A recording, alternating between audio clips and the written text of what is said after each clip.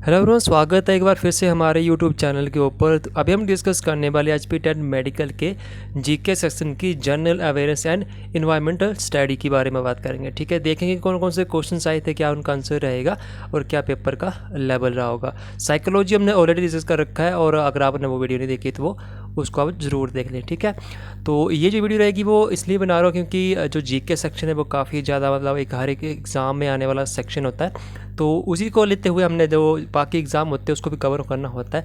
तो बाकी जो एग्ज़ाम होने वाले हैं उसमें भी ये वीडियो हेल्प करेगी, तो इसलिए हम ये वीडियो एक बार फिर से आपको सजेस्ट करते हैं कि अगर अब आपका टैट का एग्ज़ाम नहीं है और अदर कोई बच्चा इसको देख रहा है तो वो अच्छे से इसको देख ले, नोट्स बना ले। और क्योंकि बहुत ही अच्छे क्वेश्चन है और ऐसे बहुत से एग्ज़ाम हुआ अभी तक हिमाचल प्रदेश में, इतने एग्ज़ाम हो चुके हैं इस साल के अंदर कि उसमें जो क्वेश्चन आए हैं वो इस पेपर के अंदर रिपीटेड क्वेश्चन है। ठीक है, मैं बार बार बोलता हूँ कि जो हिमाचल के अंदर जितने भी एग्ज़ाम होते हैं ना उनको ज़रूर देख के जाएं। ठीक है, तो मैं क्या करता हूँ कि हर बार जो एग्ज़ाम होता है उसका एक जीके वाली वीडियो अलग से बना के आपको यहाँ पर दे देता हूँ। ठीक है, ताकि अगर आपका कोई आने वाले टाइम में एग्ज़ाम हो तो उसमें वो आपको हेल्प करे, क्योंकि एक या दो क्वेश्चन रिपीट कर रहे हैं। बेशक वो हिमाचल प्रदेश विधानसभा का एग्ज़ाम हो, बेशक वो हाई कोर्ट का एग्ज़ाम हो, तो उसमें जो क्वेश्चन आए थे वो इसके अंदर भी आए हुए हैं। ठीक है, तो अगर आप टैट के स्टूडेंट नहीं हो और अदर किसी पेपर की तैयारी कर रहे हैं तो वो भी इस वीडियो को ज़रूर देख लें। ठीक है, तो चलिए फटाफट देख लेते हैं कौन कौन से क्वेश्चन इन्होंने इस पर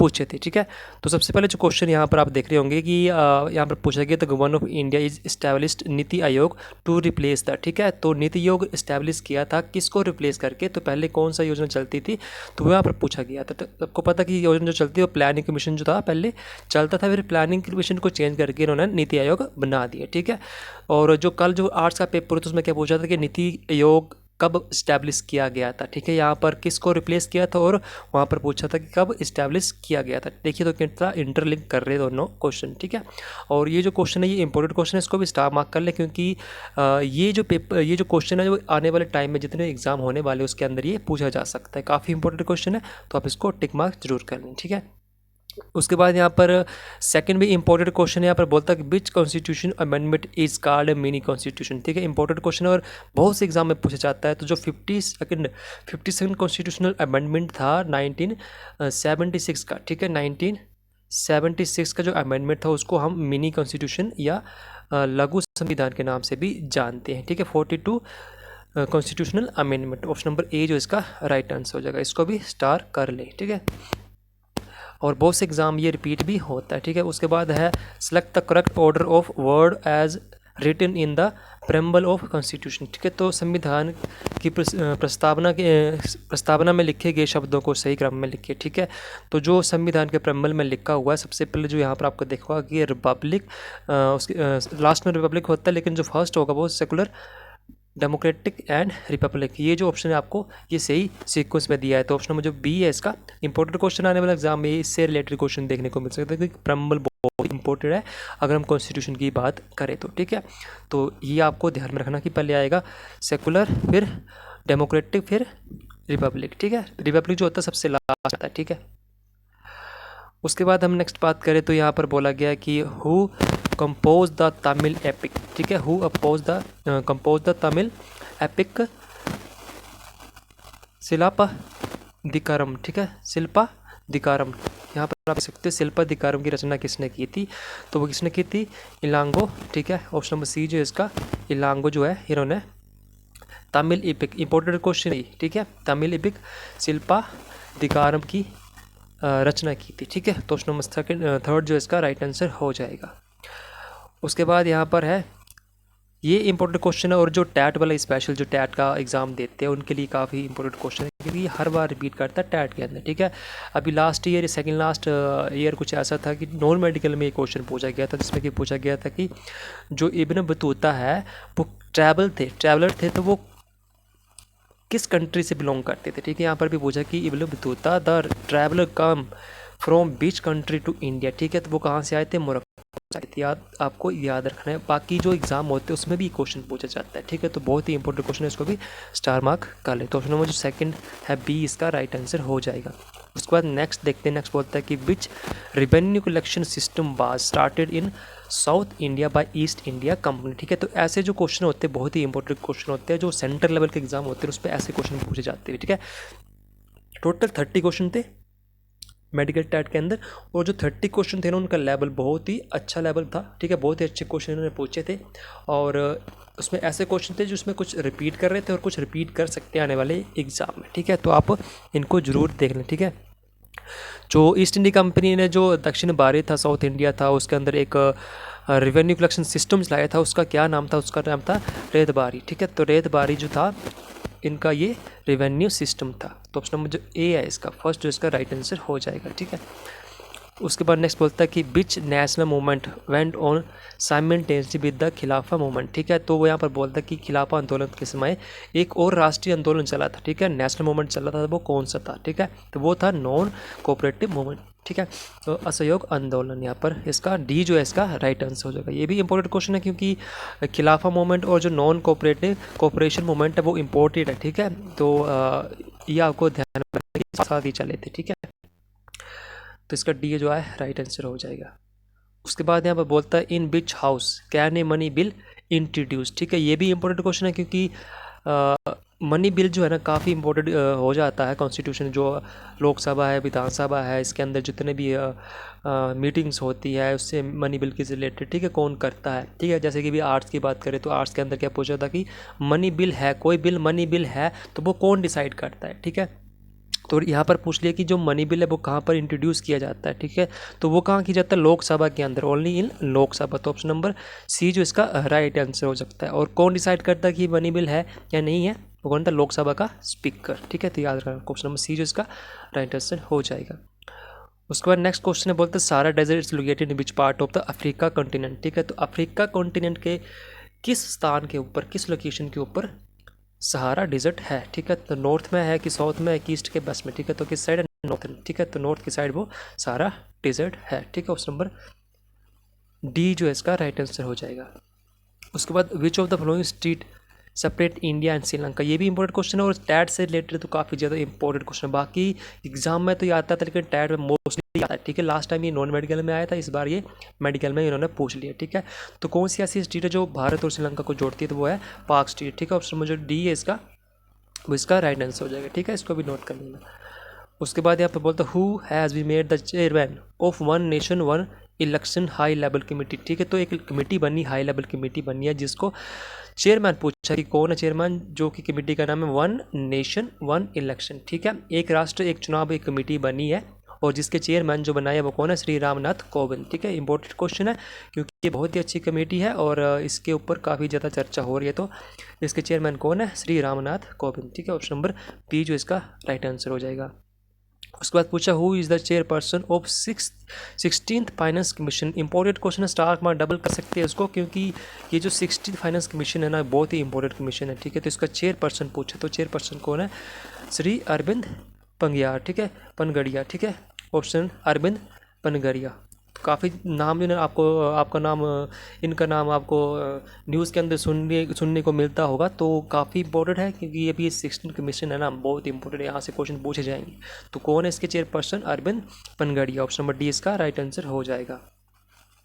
नेक्स्ट देखते हैं who won the Australia Open 2024 men's single title. जैसे अभी जितने भी एग्ज़ाम हो रहे हैं हिमाचल के अंदर, तो उनका जो फेवरेट क्वेश्चन बन गया वो बन गया ऑस्ट्रेलिया ओपन, ठीक है। ऑस्ट्रेलिया ओपन से बहुत ज़्यादा क्वेश्चन पूछ रहे हैं।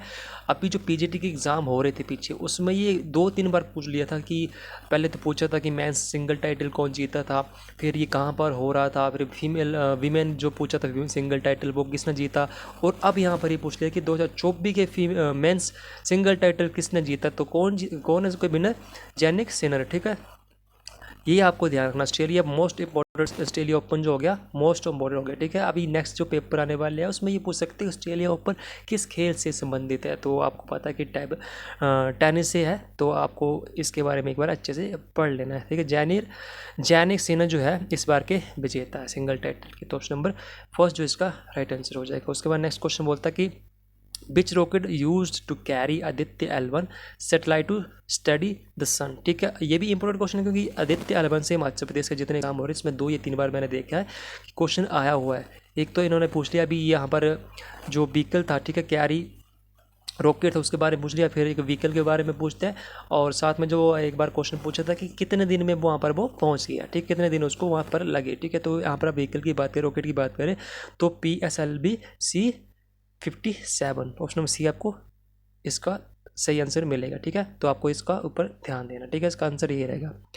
उसके बाद इंपॉर्टेंट क्वेश्चन है एजुकेशन से रिलेटेड। अगर यहाँ पर बात करें कि न्यू एजुकेशन पॉलिसी आई थी 2020 के अंदर, वहाँ पर एक करिकुलम डिसाइड किया गया था, करिकुलम स्ट्रक्चर कैसा रहेगा, तो वही पूछा कि जो न्यू पेडागोजी करिकुलम स्ट्रक्चर है वो स्कूल के अंदर वो कैसा है, ठीक है, तो वो कौन सा है, तो क्या है 5+3+3+4, ये जो है बी वाला, इसको इंपॉर्टेंट टिक मार्क करना, क्योंकि ये आने वाले एग्जाम बेशक वो एजुकेशन से रिलेटेड हो या ना हो, ठीक है, तो आपको इसको ध्यान में रखना, ठीक है। उसके ऑप्शन नंबर सेकंड जो इसका राइट आंसर हो जाएगा। उसके बाद which of the flowing ocean current is a cold current, ठीक है, तो इनमें से कौन सा ऐसा महासागर धारा है जो कि ठंडी धारा है, ठीक है, कोल्ड है, कोल्ड करंट जो है कौन सा वो है लेब्राडोर करंट, ठीक है, Labrador, okay, option number D जो इसका राइट आंसर रहेगा। उसके बाद यहाँ बोलता है एशियंट मेसोपोटामिया, ठीक है, Mesopotamia civilisation was located in which of the flowing current day country, ठीक है, तो जो मेसोपोटामिया सिविलाइजेशन थी, ठीक है, तो वो इस प्रेजेंट के अंदर किस देश के अंदर थी, ठीक है, वो वहाँ पर कौन सा देश है, ठीक है, तो वहाँ पर कौन सा देश है, इराक और कुवैत, ठीक है, तो इराक और कुवैत के अंदर जो मेसोपोटामिया सिविलाइजेशन थी वो फैली हुई थी, तो ऑप्शन नंबर जो डी इसका राइट आंसर हो जाएगा, ठीक है। उसके बाद अगर हम बात करें what is the RAM installed in smartphone and computer car, ठीक है, तो रैम की फुल फॉर्म पूछिए तो रैम की फुल फॉर्म होती है random access memory, option number जो डी इसका राइट आंसर हो जाएगा। उसके बाद यहाँ पर देख सकते हैं जो आर्ट्स है उसमें कंट्री की कैपिटल से रिलेटेड क्वेश्चन आया था इस बार, टैट का जो मेडिकल का टैट उसके अंदर भी यहाँ पर इन्होंने पूछ लिया है कि यूएई की कैपिटल कौन सी होगी, कि यूएई की कैपिटल यहाँ पे पूछ ली, तो यूएई की जो कैपिटल है वो है Abu Dhabi, option number D जो इसका राइट आंसर। उसका आर्ट्स में कौन सी पूछी थी, कनाडा की, तो कनाडा की यहाँ पर देख सकते हो, और यहाँ पर आप यूएई की यहाँ पर ऑप्शन नंबर डी जो है अबू धाबी राइट आंसर हो जाएगा, ठीक है। और जो एग्ज़ाम हो रहे हैं ना हिमाचल के अंदर जितने एग्ज़ाम हो रहे हैं उसके अंदर इंपॉर्टेंट बात यह है कि कैपिटल से काफ़ी ज़्यादा क्वेश्चन पूछे जा रहे हैं, ठीक है, जो नेबर कंट्रीज़ है उनकी करेंसी और कैपिटल्स बहुत ज़्यादा क्वेश्चन पूछ जा रहे हैं। तो अभी अगर आप एग्ज़ाम की तैयारी कर रही है तो एक बार कैपिटल और करेंसी के बारे में, साथ में एक लैंग्वेज भी, ठीक है, तो ये तीन जो टॉपिक है काफ़ी इंपॉर्टेंट हो जाते हैं, ठीक है। उसके बाद यहाँ पर गोची उत्सव बोला कि Gochi festival is related to the which district of Himachal Pradesh, ठीक है, तो जो गोची फेस्टिवल है वो कहाँ बनाया जाता है, तो वो बनाया जाता है लाहौल एंड स्पीति के अंदर, तो ऑप्शन नंबर सी जो इसका राइट आंसर हो जाएगा। उसके बाद अगर हम बात करें तो जैसा कि आपको पता है कि जो टैट होता है उसके अंदर जो वैदिक और संस्कृत नेम होते हैं रिवर्स के, हिमाचल प्रदेश के अंदर जितने भी रिवर्स हैं वो पूछे जाते हैं। तो यहाँ पर इस बार फिर से उन्होंने पूछा कि इस बार अस्किनी जो है रिवर वो किसका वैदिक नेम है, तो वो किसका है, वो चेनाब का, तो ऑप्शन नंबर ए जो इसका राइट आंसर हो जाएगा, ठीक है। उसके बाद करंट से क्वेश्चन है और बहुत अच्छा क्वेश्चन है कि what is the name of famous Himachal orchestra, Himachal Pradesh orchestra कौन सा है, हारमोनी ऑफ पाइन्स, ठीक है, ऑप्शन नंबर सी जो इसका राइट आंसर हो जाएगा, ठीक है। काफ़ी फेमस हुआ था प्लीज का बैंड है ये, तो यहाँ पर आपको इसका पता होना चाहिए। Country biggest single catenary bridge Bagchal is constructed in which district, ठीक है, तो बागचाल एक ब्रिज बन रहा है कैंटिलीवर, ठीक है, कंट्री का बिगेस्ट है ये सिंगल कैंटिलीवर ब्रिज, याद रखना इंपॉर्टेंट मार्क लेना, बन रहा है कहाँ पर बन रहा है, बिलासपुर के अंदर बन रहा है, ठीक है, तो नाम क्या है इसका, बांगछाल, याद रखना, ऑप्शन नंबर डी इसका राइट आंसर हो जाएगा। उसके बाद हु गिव द टाइटल पहाड़ी गांधी टू बाबा काशी राम, ये इसको डबल स्टार कर लो। और इसकी सबसे बड़ी बात ये है कि हर दूसरे एग्ज़ाम में हिमाचल प्रदेश के हर दूसरे या तीसरे एग्ज़ाम में ये क्वेश्चन रिपीट हो रहा है, बार बार रिपीट हो रहा है, और ये बड़े सालों से ही क्वेश्चन आ रहा है, ठीक है। तो जो बाबा काशीराम उनके बारे में एक बार आप अच्छे से पढ़ ले, उनके निकनेम क्या था, ठीक है, उनका असली नाम क्या था, वो कहाँ किस जेल में उन्होंने जेल काटी थी, फिर कौन सी बुक लिखी थी, फिर उसके बाद ये जो नाम मिले वो किसने दिया था, जवाहरलाल नेहरू ने उनको क्या कहा था, बहुत सारे क्वेश्चन बनते हैं। तो इससे रिलेटेड जो ना इनसे रिलेटेड एक बार अच्छे से डिटेल में पढ़ लेना, ठीक है। तो जैसा कि यहाँ पर बाबा काशीराम को पहाड़ी गांधी की उपाधि दी थी जवाहरलाल नेहरू ने, तो ऑप्शन नंबर सी जो इसका राइट आंसर हो जाएगा, ठीक है। काफ़ी अच्छे क्वेश्चन आए हैं इस पेपर के अंदर, ठीक है। तो यहाँ पर अब ये जो क्वेश्चन आपको देखने को मिलेगा ये नॉर्मल पेपर्स में देखने को नहीं मिलता, लेकिन अब हिमाचल प्रदेश में धीरे धीरे ऐसे क्वेश्चन आपको देखने को मिलेंगे और आपको इसको प्रिपेयर करने की ज़रूरत रहेगी। ठीक है, यहाँ पर बोला कि what is the estimate growth rate of economy of Himachal Pradesh to 2023 और 2024 के बीच में। ठीक है, तो 23 और 24 के बीच में जो ग्रोथ रेट है इकोनॉमी की हिमाचल प्रदेश में वो पूछी है, तो वो है 7.1। ठीक है, तो ये ध्यान में रखना 2023 और 24 की जो ग्रोथ रेट है वो 7.1 है, और पुरानी भी पूछ रहे हैं तो 2022 और 23 की जो ग्रोथ रेट है ना वो है 6.9। ठीक है, याद रखना ये वाले दो क्वेश्चंस।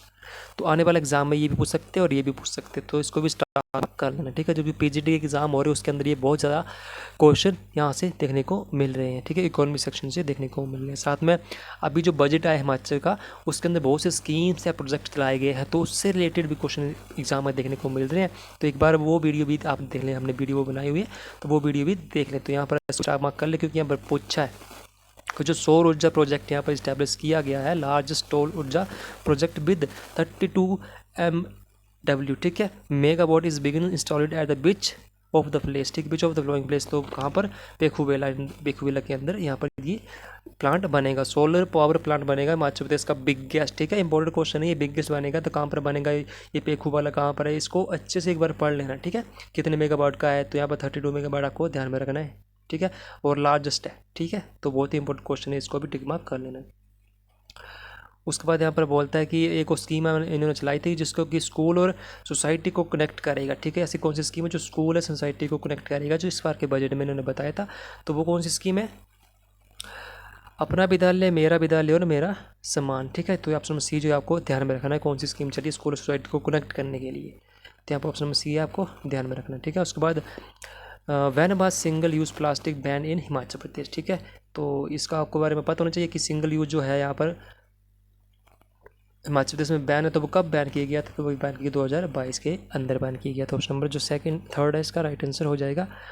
उसके बाद यहाँ पर आप देख सकते हो कि सीर खड़, बहुत इंपॉर्टेंट क्वेश्चन, सीर खड़ से क्वेश्चन पूछने जा रहे हैं। सीर खड़ जो है वो इस tributary of beach of the flowing river, तो सीर खड़ जो वो सतलुज नदी की एक ट्रिब्यूटरी है। ठीक है, सहायक नदी है, तो इसको आप एक बार जरूर देखना। सीर खड़ के बारे में एक बार अच्छे से पढ़ लेगी कहाँ से गुजरती है, क्योंकि बहुत ही इंपॉर्टेंट ट्रिब्यूटरी है सतलुज की, तो इससे क्वेश्चन देखने को मिल सकते हैं। ठीक है, उसके बाद लास्ट क्वेश्चन देखते हैं, who was the first president of the Paramvir Chakra of India as well as Himachal Pradesh. ठीक है, तो सबसे पहले जो परमवीर चक्र मिला था इंडिया के अंदर, परमवीर चक्र ना कि हिमाचल के बल्कि इंडिया के पहले व्यक्ति कौन थे, तो वो थे श्री मेजर सोमनाथ शर्मा जी। काफ़ी इंपॉर्टेंट, हर एक भारतीय को, हर एक हिमाचली को इसके बारे में पता होना चाहिए। ठीक है, तो ये आपको पता होना चाहिए, तो ये इसका इंपोर्टेंट मार्क कर लें। ठीक है, तो ये थे 30 क्वेश्चन, काफ़ी अच्छे क्वेश्चन थे, बेहतरीन क्वेश्चन थे जिन्होंने भी सेट किया था, क्योंकि ये जो क्वेश्चन थे रिपीटेड क्वेश्चन भी थे और आने वाले एग्जाम में भी इनमें से क्वेश्चन पूछे जा सकते थे। बहुत ही अच्छे और प्यारे क्वेश्चन थे, बिल्कुल ईजी हो सकते, क्योंकि जो प्रॉपर स्टडी करता है ना जीके की, तो वो उनको यहाँ पर आपको जो ये सेक्शन में 30 है ना क्वेश्चन, 30 में 30 वो कर सकता था। ठीक है, तो अच्छे क्वेश्चन थे, अच्छा लेवल था, हम इसको डिफिकल्ट नहीं करेंगे, मॉडरेट भी नहीं कहेंगे, ये ईजी ही था। और अगर हम बात करें आने वाले एग्ज़ाम में, तो आने वाले एग्ज़ाम में यहाँ से रिपीट हो सकते हैं। ठीक है, तो चलिए फिर इस वीडियो में इतना ही, मिलते हैं नेक्स्ट वीडियो के अंदर। तब तक चैनल को जरूर सब्सक्राइब कर ले, वीडियो को एक लाइक कर दें। चलिए फिर मिलते हैं नेक्स्ट वीडियो में, तब तक के लिए धन्यवाद।